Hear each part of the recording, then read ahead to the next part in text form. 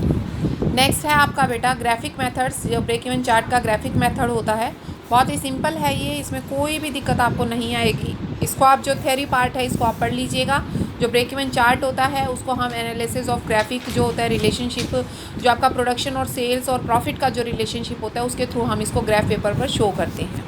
ठीक है, अब देखिए ज़रा इलस्ट्रेशन नंबर 65, जिससे कि आपको पूरा ग्राफ बहुत अच्छी तरह से क्लियर हो जाएगा। इसमें आपको दो इलस्ट्रेशन दी हुई है 65 एंड 66, और उसके बाद एंगल ऑफ इंसिडेंस और कोस्ट इंडिपेंडेंस पॉइंट ये आपको दिया हुआ है। बस ये टॉपिक है, आज आपका चैप्टर ओवर हो जाएगा। तो देखिए 65 में on the basis of following information calculate the break even point and construct the break even chart. दोनों चीज़ें, पहले तो break fix cost, selling price और वेरिएबल कॉस्ट के बेसिस पर आपने ब्रेक इवन पॉइंट यूनिट्स में निकाल लेना है, दैट इज़ योर 10,000।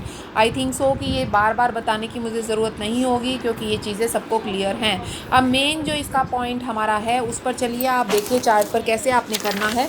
आपने एक टेबल कंस्ट्रक्ट करनी है जिसमें आपने आउटपुट लिखना है। 5,000 रुपये आपका आउटपुट है। 5,000 का अगर आपका आउटपुट है, फिर आपने जीरो से शुरू करना है, जीरो यूनिट, 5,000, 10,000, 15,000, 20,000 और 25,000। जब आपकी जीरो है तब भी आपकी कॉस्ट जो है फिक्स कॉस्ट 40 आएगी।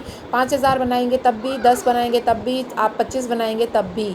लेकिन वेरिएबल कॉस्ट जो है वो आपकी पर यूनिट बढ़ती जाएगी क्योंकि वेरिएबल कॉस्ट 6 रुपया है। जब आप 0 यूनिट बनाते हैं तो variable cost is 0।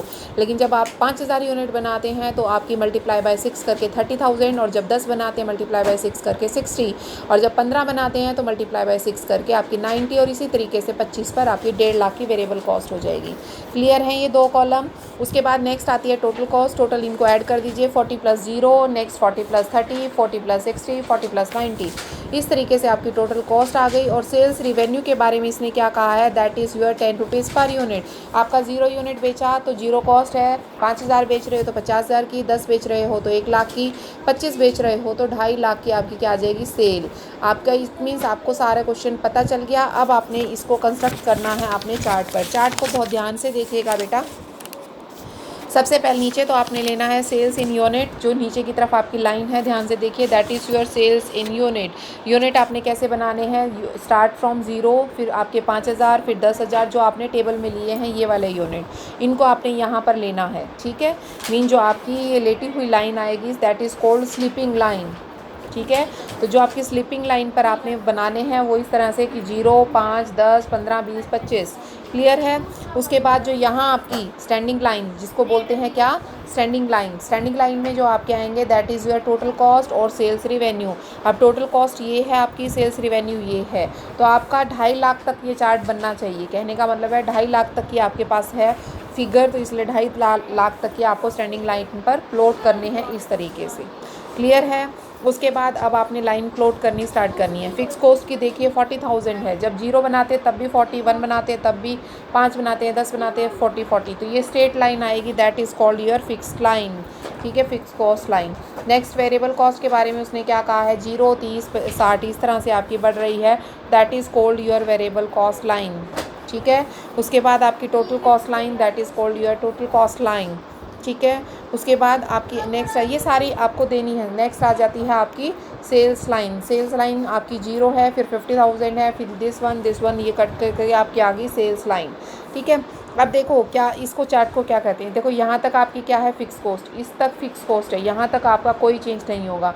Fix cost से ऊपर शुरू हो जाती है आपकी टोटल कॉस्ट। ठीक है, और फिक्स कॉस्ट से जो आपकी टोटल कॉस्ट के बीच में होती है, दैट मीन्स जो आपकी किसके बीच में है, फिक्स कॉस्ट एंड, ठीक है, किसके बीच में है, टोटल कॉस्ट के बीच में है, वो सारी क्या आ जाती है, वेरिएबल कॉस्ट। वैसे भी टोटल कॉस्ट में से अगर फिक्स कॉस्ट माइनस करते हो तो क्या बचता है, वेरिएबल कॉस्ट। तो वही वेरिएबल कॉस्ट आपकी यहाँ से यहाँ तक आएगी। क्लियर है। अब आपकी टोटल कॉस्ट से ऊपर सेल यहाँ तक है। अब वो कहता है जहाँ पर आपका ये कट होता है that is called your break even point. ठीक है, और इस ब्रेक इवन पॉइंट से बीच में जो ये बीच में ये कर्व सा बन रहा है, ये वाला से ये, that is called loss point और that is called your profit point, और this point is called your break even point. Clear है। कई बार क्वेश्चन दे के सिंपल सा और उसका कह देते हैं कि इस तरह से प्लॉट कर कर दिखाइए, तो आप प्लॉट कर कर दिखाएंगे और इसे ही आप क्या कहेंगे, मार्जिन ऑफ सेफ्टी। मीन ये जो नीचे ये वेरिएबल कॉस्ट से नीचे जितनी भी है आपकी, that is called your margin of safety.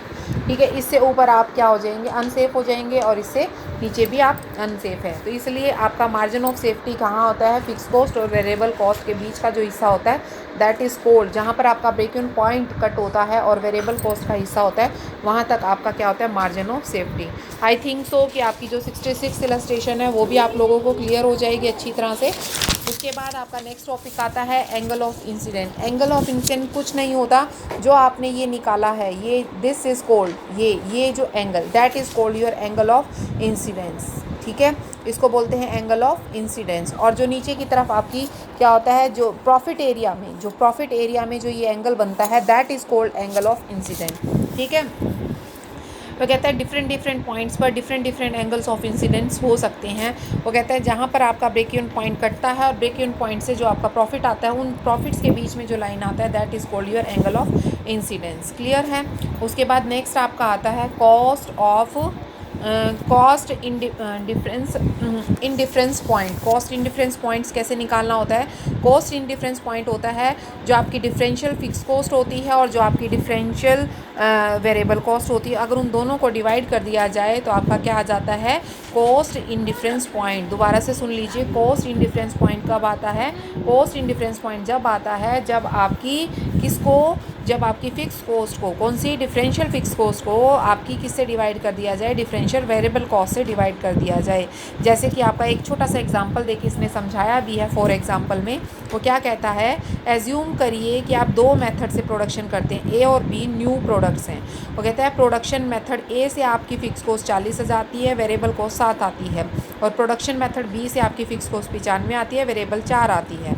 Selling price दोनों केसेस में आपका 10 रुपया पर यूनिट रहता है। तो इन डिफरेंस पॉइंट पहले में आपका 18,333 आएगा और दूसरे में वो कहता है calculate as to the followings, Q indicate unit value. तो कहते हैं कैसे निकालना है, क्योंकि fix cost plus variable cost equal to fix cost plus variable cost.